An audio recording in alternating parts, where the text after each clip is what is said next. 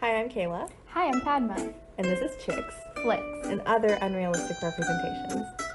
So this is a podcast where we determine how realistic teen movies really are. And we have 6 categories: family, Friends, relationships, school, personality. and culture.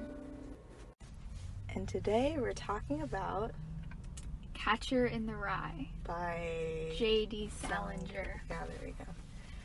So, Catcher in the Rye is essentially a first-person story told by the main character, Holden Caulfield.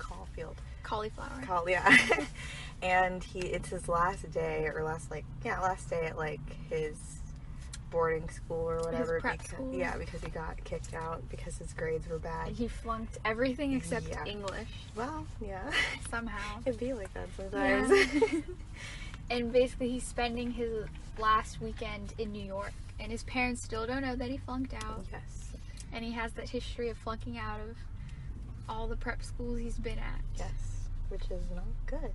Yeah. So the book is kind of his last weekend in New York and him having a mental breakdown. Yeah. Yes. And it happens over maybe 2 days? 3 days? Yeah. So I guess that's why it's pretty densely packed, because it's not too much of a time period. His parents, are they in the book? No. No, yeah. It's his sister. It's his sister. Yeah. And he always Phoebe. She's mentions 10. I think she's 10. Yeah. And he adores his sister. Yes. He loves her so much. Yes. He's the only character that he genuinely is oh my gosh, I love her. Yeah. Everyone else is kind of lukewarm about it. Yeah, he's they're phony. Yeah. They're fake. And then I think I read something about doesn't he have a dead sibling? Mm-hmm. Yeah. Ali. Yeah. What happened? He got leukemia and died. And I think that also had a very... Oh, yeah. Yeah, because I think he said, after his brother's death, he had a mental breakdown. Yeah, then he broke a bunch of windows and, hurt his hand. Mm-hmm. Yeah. And, he described it so, calmingly. It's not even, a thing that you'd, Yeah. When I first read it, I didn't even realize what he said. Then I reread it, and I was like, oh. Right? Yeah. It takes a second read through. Yeah. He's very, I guess, detached from his own emotions. I think that's a big thing with him. Yeah. He likes to critique everyone else, and he doesn't really understand his own emotions. Yeah. He doesn't really have that much of a progression or a character arc, which makes sense. It's 2 days. Mm-hmm. I guess it's more of a peek into the life of a person, rather than this is a whole story, you know, rather than a whole year in his life. It's just 2 days. Here's this person, take with it what you will. Mm-hmm. It's supposed to be a comment on society or something, definitely, but not necessarily teenagers. I'm pretty sure the author intended it for it to be an adult book, an adult read book, but a lot of people just took it as he did. A lot of people took it as a coming of age story instead. But it's really not supposed to be. Because I know it definitely attached to all the teenage readers in the 50s, 60s. Yeah. And that's where he found his audience. Yeah, I don't think he intended for it to be there, though. So then what was it a commentary on? I think it's supposed to be some form of, not complete metaphor, but it has metaphorical aspects. So friends. Does he really have friends? Does he really have friends? No, that's the thing. He's all alone. He knows people, but that doesn't mean that they're his friend. Right. He's always trying to seek connections. I'm gonna call this person, I'm gonna call this person. Yeah. And then when he does and actually hangs out with them, they're not who he thought they were. They're all phonies. They're all quote fake unquote. to him. And I think it has to do with his big struggle is the loss of innocence. He's what happened to us? Why can't we just be the happy kids that we used to be? Yeah. And so I guess because he has those childhood memories, he associates that form of happiness and the way that person was back then with how they should be now. Mm-hmm. And so I guess it's the reconciliation of the past with the present. And you have to understand that people grow up, I don't know, he fails to understand adults and adult nature. Yeah. He just sees it as fake instead of them being mature and trying to help him. That's true. He's just no, you're just being fake. You have ulterior motives. You're not who you say you are. But that's not. That's not true. And I guess it has to do with his depressed mindset, you know.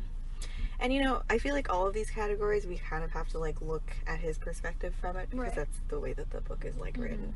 It's a very interesting way to be written. Because at any moment, it just goes off on this weird tangent. part. Yeah, and then it just comes back to what he's talking about. Mm-hmm. And it's as though, like, he's just processing it, you know? Right. It's a very, like, train of thought type of writing. Mm-hmm. Stream of conscious. Yes. Any particular characters that stood out to you? Like, friend ones? The way he describes... The very beginning, who was it? Stradlater. Mm-hmm. How do you say his name? Stradlater? Yeah. What a name. And Yeah. Ackler?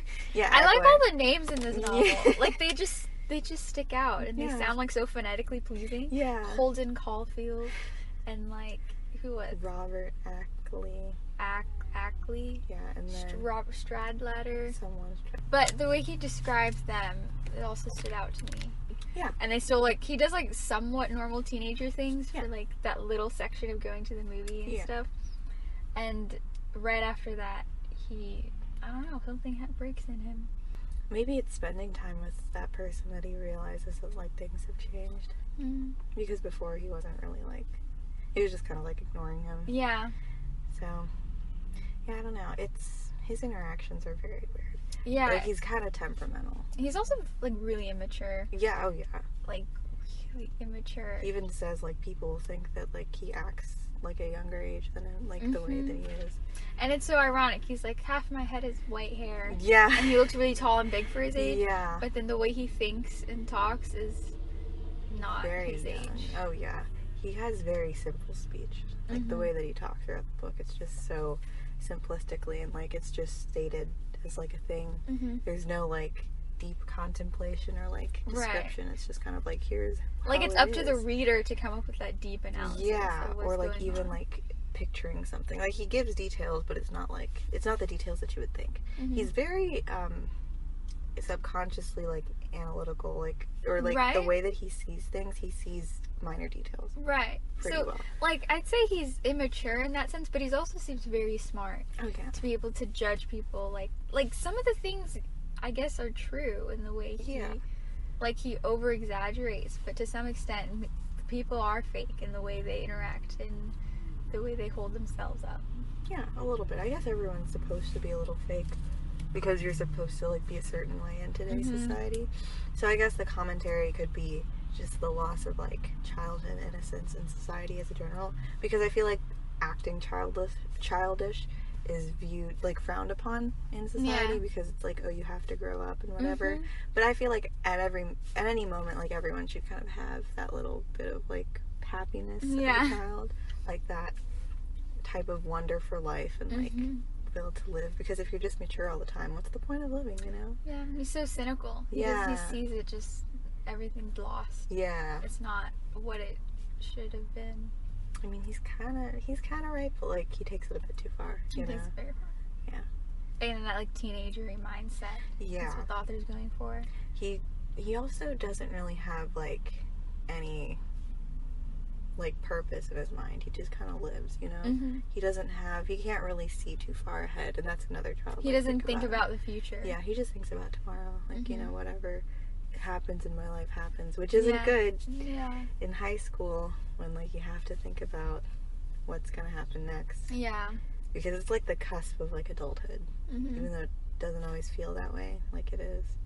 And the choices you make now will influence you for the rest of your life. Although I'm sure in the 50s it didn't matter as much, like grades and stuff. Yeah, and he went to the rich boarding school. Yeah. I think that's another thing about his character. He isn't struggling with like poverty and things like that. Yeah. He's just struggling in his own head. Oh yeah. And like you can't always feel sympathetic for a character who's like, I just casually have a weekend in New York and have like money to spend. Yeah, he's kind of like honestly, it felt a little like painful for me. Like it felt like he was throwing away like what he was given, like his privilege and stuff. And like, don't do that. Yeah. Use it, you know. I don't think he was very self-aware. No.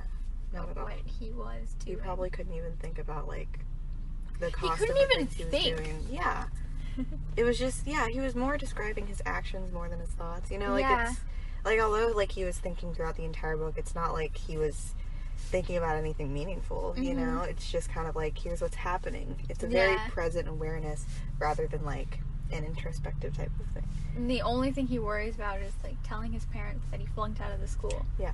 Because, and not even because he flunked out of the school, because he's afraid of their reaction. Right. He doesn't even care that he flunked out of high school. Because it's happened before, and like there were no consequences for it. That's another thing. He's never faced real consequences. Yeah. Which makes sense, I guess, his upbringing. You know? But it doesn't make it correct. But all of this leads to the question: why did he have that mental breakdown? Like which one?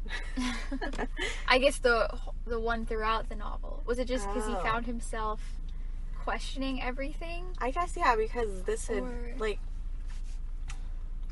everything was happening at once, and like I guess for one of the first times he was kind of realizing or thinking to himself that like, wow, everyone's fake, and like when he finally had to like confront those childhood like memories that he had, and like he had to bring them to the present rather than just holding them as memories, and when he did, he was disappointed with what he saw, I guess.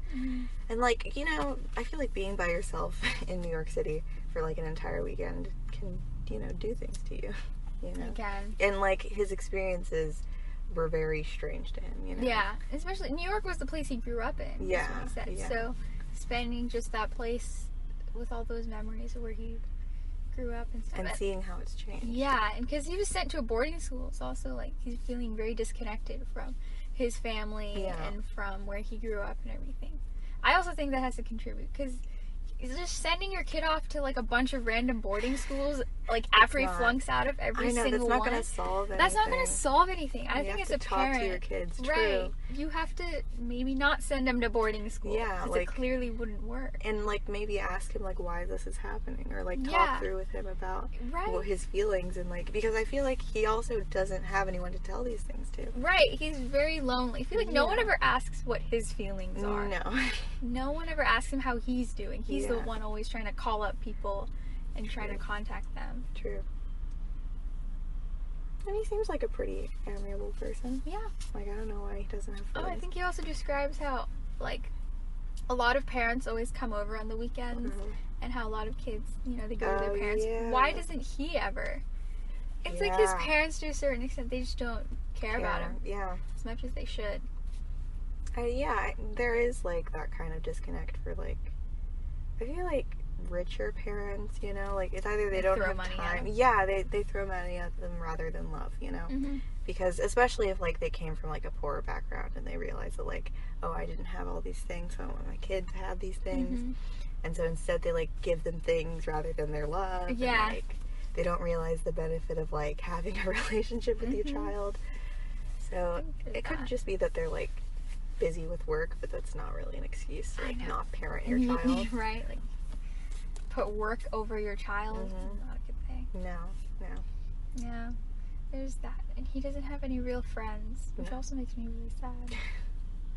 Honestly, I couldn't really sympathize with him. Like, I got it, like, okay, you're depressed, like, I get it, but like, I think I didn't feel bad for him.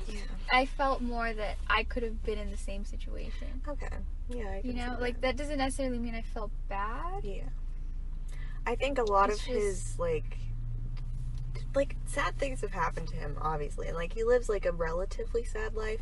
But I feel like the fact that, like, he hasn't necessarily, all of his issues, other than, like, his brother's death, all of his issues are kind of from, like, they're, like, you know, surface level things. Like, he kind of doesn't have friends, and, like, he's not doing too well in school. And, like, at that time, that's kind of surface level type of thing. It's not, like, any deeper issues. And so I feel like if he... Some people just need, a shock of perspective, you know? Like, your life isn't too bad. Like, I get that, like, as everything is relative and everyone's problems matter, but, like, I feel like personally it can help with your own problems, getting you out of your own head if you see someone else's struggles. And he's never had to do that before. No. I think all of his problems, they could be fixed. Oh, yeah. They're not, like, unfixable things. No. He just needs a little bit of guidance. Yeah. A little help. Which he doesn't have. Right. That's the part I feel most sad about. Yeah. That no one's trying to help him rather than, like, feel bad for him necessarily. And I guess it made sense for that time period because, like, what was mental health in the 50s? I know. Like, seriously. If you don't have a physical ailment, you're perfectly fine. You're just treating, like, PTSD. Yeah. From the wars. I think J.D. Salinger, he was in World War II, and that also had a really big impact on his writing. And I guess the 50s was supposed to be a very happy time. Like, when I think of the 50s, I think of, like, those billboards like showing like a happy like household and like like showing like model homes or whatever. It's very like the cookie cutter mindset. And like if you don't live this happy life, then you're not happy. Then you're, you know, right? And so no one could really like express how they truly felt. And that's a lot. The novels, he realizes how fake all those things are. Yeah. Of like that cookie cutter, like the girls have to be like this and the guys have to be like this. I think, in a sense, Holden realizes how fake and how like superficial those things are. Yeah. So I guess we kind of skipped over relationships because there aren't really any. There aren't really any. Personality we've been talking about. Let's talk about like the culture. We're kind of getting into it, like the 50s like type of thing. I liked the usage of what's it called? Colloquialism. You know? Like obviously there's like a lot of cursing because that's like the time period, but like all the little slang things, I was like, this is so funky. Like what is this? So funky. What are they saying? It really puts you in that time period. Yeah. And it's a good comparison to like how things like obviously there are some things that you can like connect between like how things are now and how things were then, but like there's a lot of differences. There's a lot of differences. Which is a good thing, I think. Yeah. I think a big difference is when he went to New York, he found himself super bored. Yeah. And the things he had to do weren't things like a teenager would do now if they were in New York. Yeah. And I feel like now everyone's kind of like overstimulated because there's like so many things to do. So many things we don't know what to do, but Holden's like, I don't know what to do.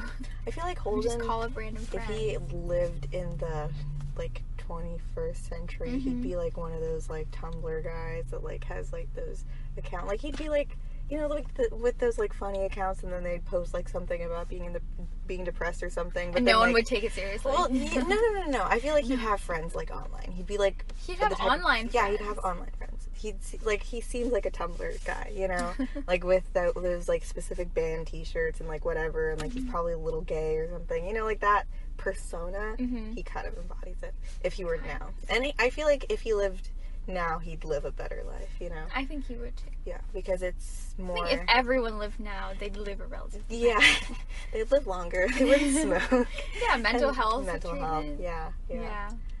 I can't believe that like teenagers smoked back then. Like he's like 16 and he was like, "Oh, I used to smoke," and like, what? How? Just casually pulling out smokes. That's going for it, and they don't even know. Yeah.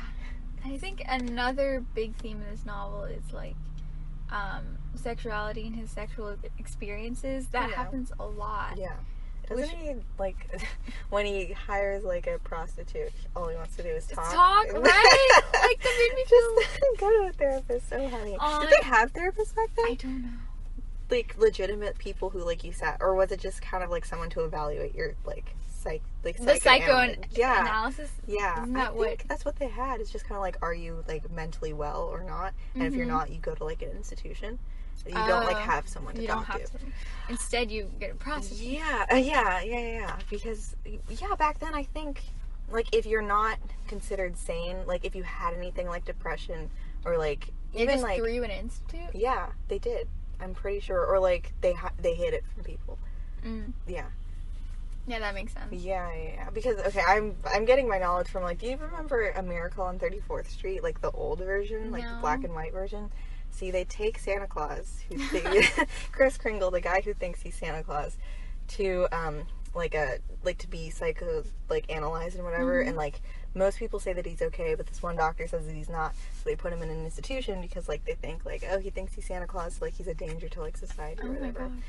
And I'm pretty sure, because I can't picture a 50s therapist. I couldn't picture them actually, like, spending money on trying. that. Isn't that ironic, though, that after he gets kicked out of a boarding school, he essentially has to go to, like, another institute thing? Yeah. Which is, it's just, you know, repeating the cycle, I guess, and kind of worsening it. Although, the end of the book kind of implies that, like, he sees that, like, innocence isn't always lost, you know? Because it relies on the consistency of, like, children, you know? Like, it doesn't matter now that, like, people aren't as innocent as they seem because, you know, children kind of hold that. I think his general view is that, like, innocence in the world is lost, like, even the children are corrupt. That's kind of, like, his... I think he...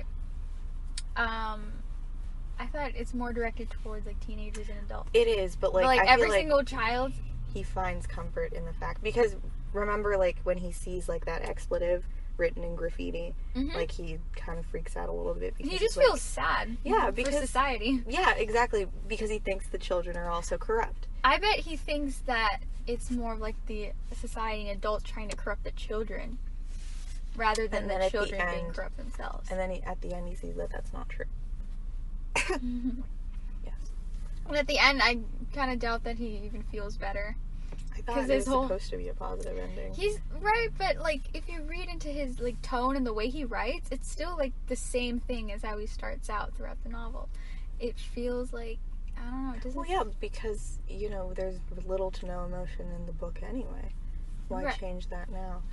There's no character development. There's supposed to be. You know, he just kind of worsens throughout the book, and then at the end it's kind of like a little glow of hope. He's like, by the way. But you can't really judge like his feeling, the way he feels at all, by the way that he talks. You just have to like look at the actions rather, like the things that he's actually describing. There's also very big narrator bias. Oh, you don't even know like if this is actually like is happening.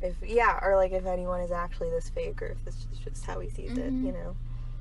And I guess I feel like the book could be read differently depending on like your opinion on like teenagers. You know, like if you're like if you're a boomer reading this book, you're like, oh, back in my day, like the 50s was a good time or whatever. Right? And then now if you read this book.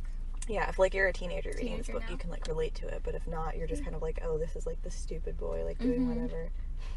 Yeah, that's family, friends. Oh, we didn't talk about school. I mean, we kind of did. We kind of did. But like, you know, if he was failing today, like he would, his future's dead. You know, right? Like he would have to like go in. I guess he would rely on his family money. His family money to get into a good college. But like, you know, it still wouldn't be easy. Like I feel like his parents would make a bigger deal out of it, and he would make a bigger deal out of it because teenagers today are very aware of how much school matters. Right. Unless they're like really, really privileged, but even then, like you kind of have to get decent grades. I think of him also the interaction in the beginning, him with the teacher. Yeah, that was weird. That was weird, but it had a lot. I think the teacher was like also very disappointed, and Holden was just kind of like. Remember he read out the essay? Yeah. And he was like, P.S. don't feel bad about failing me, just fail me. Yeah, no. In this class. And then the teacher was like, why did you write this? It was a very tense scene. Yeah. And he was just kind of like deflecting it, trying not to like feel bad. The audiobook kind of like lessened it because the guy was like doing the voice of like the teacher. Like it was an old guy, and like it was funny. I was like, wow. This is great. Like, it was a funny interaction to me. It was weird because it was like the first thing that happens. Yeah. It like sets the whole stage of him flunking school. Yeah. If he wouldn't be flunking today, I don't think. It'd be more like getting D's or something. Because like getting F's is like very different than getting like a C or something. Like they're both kind of considered bad grades. But like getting an F is like someone would talk to him, you know? F is like you have to repeat a grade. Yeah, you do. Yeah. And he doesn't. He doesn't. He just gets thrown into different boarding schools. Yeah, they just kind of gloss over. How old is he? He's 16, right? Yeah. 17 when he's telling the story. 17 when he's telling the story. He probably had to repeat a grade. What grade is he? He was a junior, right? I think so. Yeah. So he's supposed to be a senior. Like when he's saying this, I don't know. I don't know how grading worked, like grades worked in the 50s. I mean, I'm sure it's like the same. But like it's different, just a little bit different, you know. I don't know. And I feel like back then it didn't really matter if you finished high school. Because there were like other jobs other than like having a degree. I don't even think he'd need to get like, I feel like, didn't he say like his family is like a family of like writers or something? Yeah, they're all. So he would just like write. They have the money to go to like Ivy League schools and stuff. I don't even think he'd have to. He'd just write a book, and like because of his family name, he'd do well in life, you know. Yeah. Because the only class he didn't flunk in was English, so. Yeah, so he's a good writer, I guess. Yeah. And he reads a lot. Although he does consider himself like illiterate. And the way he talks, I'm like, how is this kid a good writer? Yeah. But I'm sure it's different, you know. But it feels more like a conversation, you know. It's so casual. It's so casual. There's like no big descriptions. It's like a difficult read in the sense, it's like as though you're talking to someone who just keeps talking. And like you don't get to say anything back. Yeah, that's why I found it difficult to read. I was like, gosh. There are big chunks of paragraphs that just spanned like 2 whole pages, and you're like, oh my god, I have to get through this. Yeah. And he also repeats, he's very repetitive too. Oh yeah. In his narration. I was kind of like, are you okay? I think that's where I saw the mental breakdown. He just kept saying, it's Jane Gallagher. Yeah. Maybe I'll call up old Jane Gallagher, probably like 6 times in the novel. Yeah. And she's like, just do it. Yeah. And he's like, I guess he just doesn't feel ready to like reconnect with who she was. Maybe he doesn't want to prove himself right, because he kind of views, like, if he talks with her and it ends up that she's a phony too, right? Like, and he's like, I don't want to risk it. Yeah. He'd rather have the memory than the truth. I guess there's a slight relationship between him and Jane.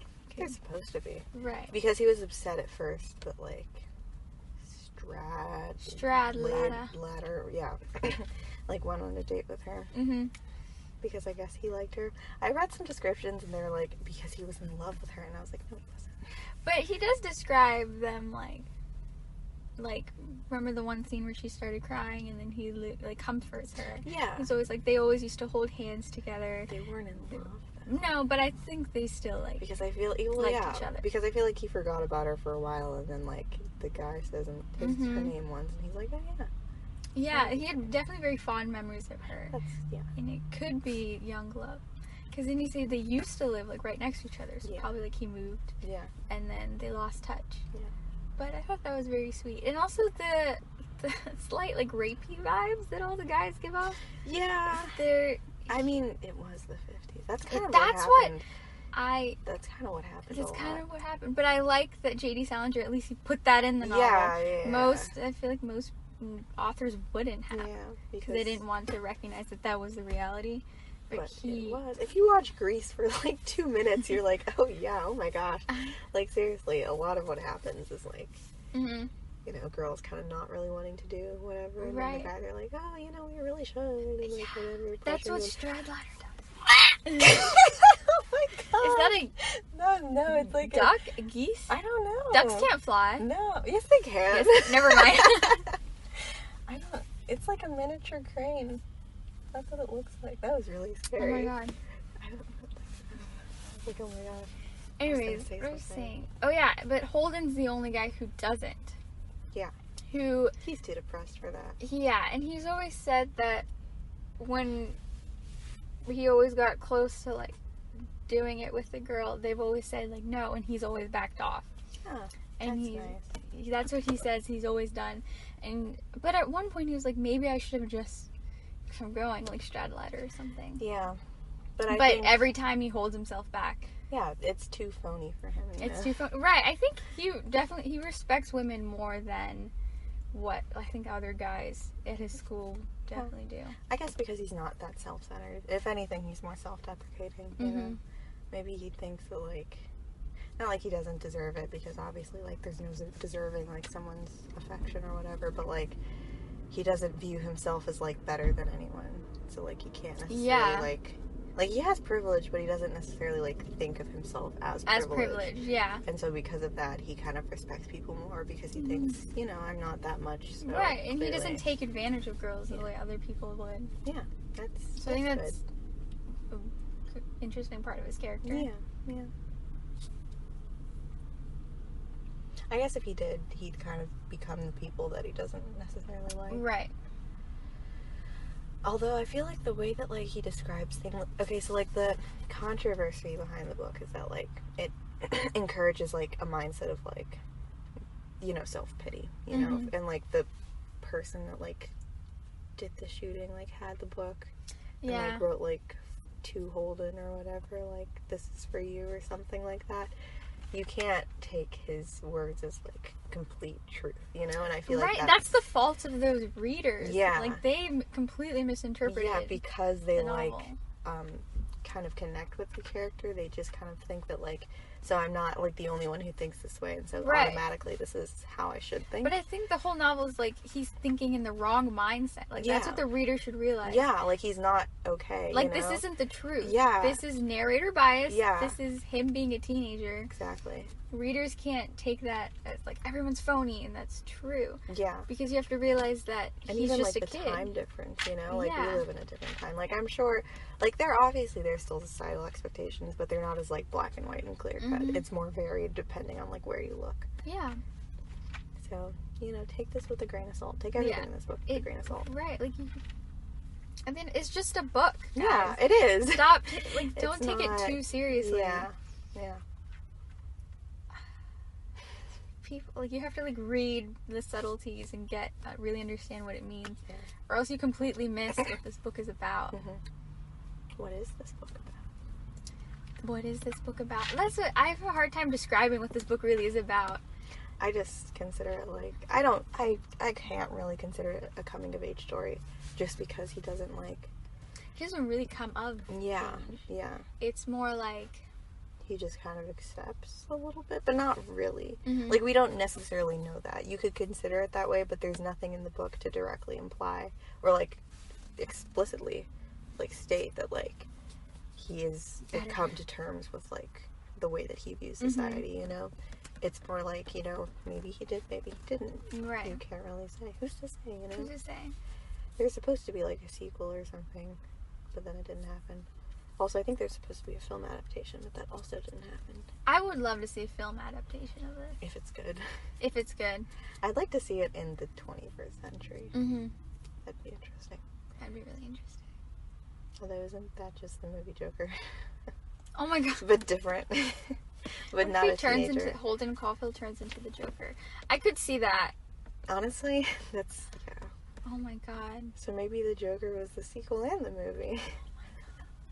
Maybe that's why this book connects with serial killers. Is this how they think? Okay, J.D. Salinger was a weird guy. I looked up, like, some of his biography and stuff. Really? He liked to hang out with teenage girls. Like, in his 30s, he'd just go up to them and hang out, like, random nightclubs and bars. Like, I'm the author of Catcher in the Rye. Because it was such a popular book that teenage girls would, like, immediately know who he was. And he got married to, like 4 different girls throughout his life. I think when he was, like, 60, he got married to, like, a 24-year-old. So he's that type of guy. Right? He's, like, using and his he had brain. really weird habits of, Like what? Like, doing weird things. He was into, what's one thing I read? Like, he would drink his own urine. He had, like, homeopathy. Gosh. He believed in, like, weird medical things. He was a recluse. He actually hated the fame that came with the book. Except when it got him women. Right. And that also was really creepy to me. And he had, like, got divorced so many times, and the women would be like, because I feel like this relationship, if I continued, it would, like, hurt me. I was like, what is wrong with him? Yeah, that's a little messed up. Or very messed up. Very messed up. So what mindset was he in when he wrote this novel? True. And could Holden Caulfield even represent any teenagers? True. Like, what if this all came from his own head? We don't know if people actually thought this much into it. Well, no, I'm pretty sure at the time it was very popular with 50s teenagers because they felt like it related to them. But it's way too exaggerated. That's it. Yeah. I feel like even teenagers who would read this book wouldn't completely feel like him. It couldn't represent, like, a whole generation. It just kind of represent maybe half of their mindset. Yeah. And, like, a little feeling in that. Yeah. It wouldn't, like, no one would. It just kind of played into, like teenagers at the time didn't feel heard. I feel like teenagers haven't felt heard until, like, maybe the 80s when they actually had, or even, like, the 60s, honestly. But, like, because someone actually, like, made a book that, like, related to them, they kind of were all over it because, like, no one's ever cared about their opinion before. And it could do more with, like, just, like, the colloquial, like, stuff. It doesn't necessarily have to be his character. Yeah. Because, like, it's pretty difficult to, like, read into, like, unless you're intentionally reading into the way that he is thinking and, like, the way that he feels. it's easy to just read it as like, okay, this was like a story that happened in the 50s. Yeah, it's easy to miss his mental breakdown too. Yeah. It's so subtle. Maybe that's the point. Because it's easy. We're all just going through mental breakdown. I mean, yes, right? but like, yeah. And it's harder to miss, or it's harder to like see it. You know, like if you're just looking at like a person's life, you're like, why should they have a mental breakdown? They seem fine. And that's the thing about mental illness. You know, like it's not necessarily caused by any circumstances. It doesn't have to be. It's like, you know, getting like a broken ankle or something, or like tearing a ligament. It doesn't even have to like like any physical thing. It doesn't have to be a big accident or something. It can just be like, oh, I like tripped and I twisted my ankle. Right. Your brain gets imbalances, and there are so many different reasons why, and it's a literal like, that's how your brain shows that it's not okay, you know? Unless, other than like concussions and stuff, a lot of people don't consider like anything else like brain damage. Right. Wise. Like illnesses, they're not just like a fake illness, they're like a legitimate problem with your brain.